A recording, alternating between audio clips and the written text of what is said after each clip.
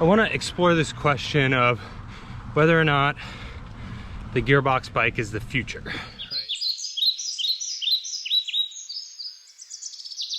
To be honest, I think we have to, before we look forward, we have to look back, right? So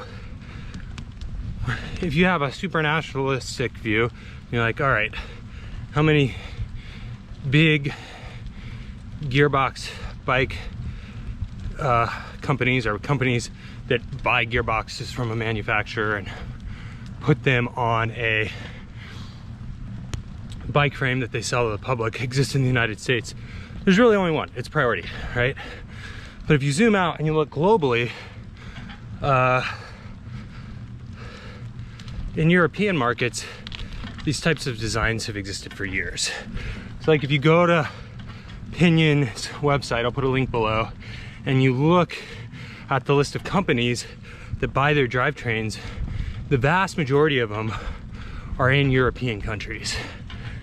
And they go way back.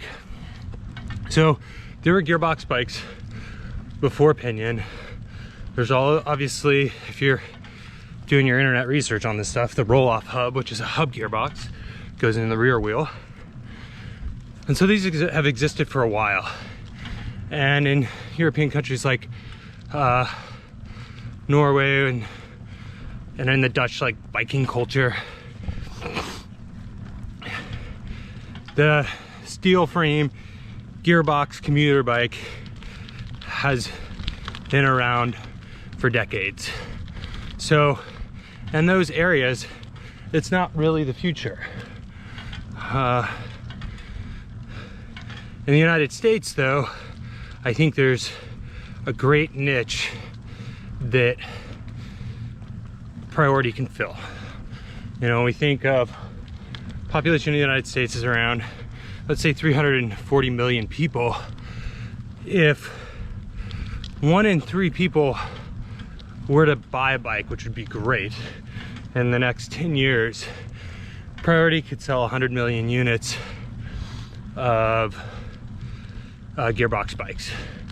You know, and I realize that's just like an incredibly lofty sales goal. And just for the sake of discussion, I think it's fun to think about like what that would mean. Almost 1 in 3 Americans would have a bike that has, when it comes to the drivetrain, very easy maintenance compared to your like grease cassette style bike. You know, your wheel maintenance is going to be the same. Handlebar tape, if you're using bars with tape or grips, that's going to be the same. But in terms of like brake pads on rotors, that's going to be the same. In terms of your drivetrain, though, that's where you get this huge value add, especially if you ride in a place where, and most of the United States doesn't have this like Mediterranean climate that the Bay Area has. You know, if you live in a very rainy place like the Pacific Northwest, Portland, Seattle, you know, having the gearbox is gonna pay dividends. If you live in a really snowy place like Colorado, where I went to university in Gunnison, we had snowpack from basically mid-November to mid-February. So you're always riding on snow. And you know, that's a spot where like if you leave your bike overnight, the whole drivetrain can just freeze, you know. Metal gets very brittle. So gearbox bikes, great spot there. And so you know, I can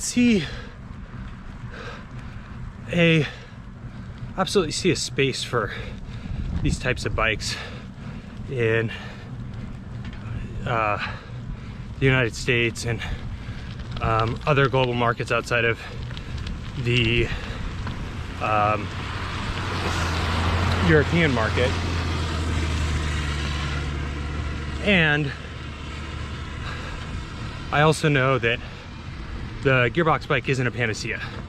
They're heavier, so if you're racing or you're trying to go as light and fast as possible and put physics on your side, you are going to be riding carbon,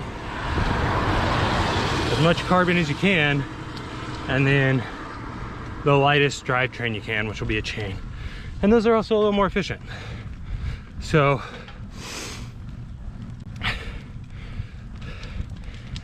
in that case,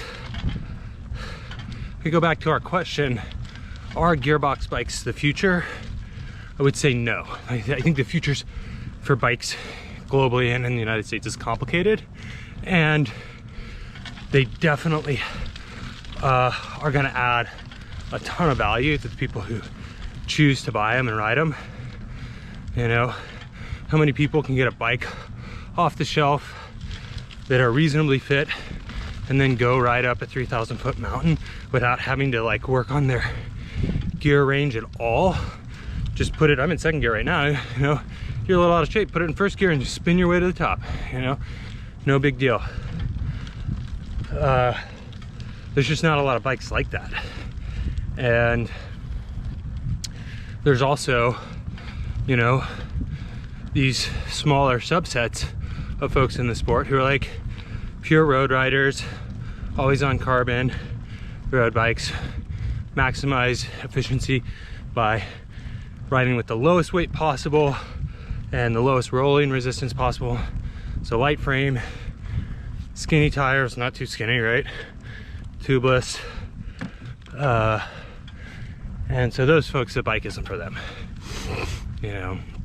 And I'm kind of a connoisseur of bikes, so I got the full quiver. And so far I really like the Priority bike. And I'm really glad my roommate bought like their generic model, which I put together for her.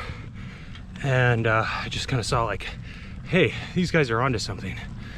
And that's what kind of led me down the rabbit hole of, you know, does this company have a bike for me? And it turns out they do.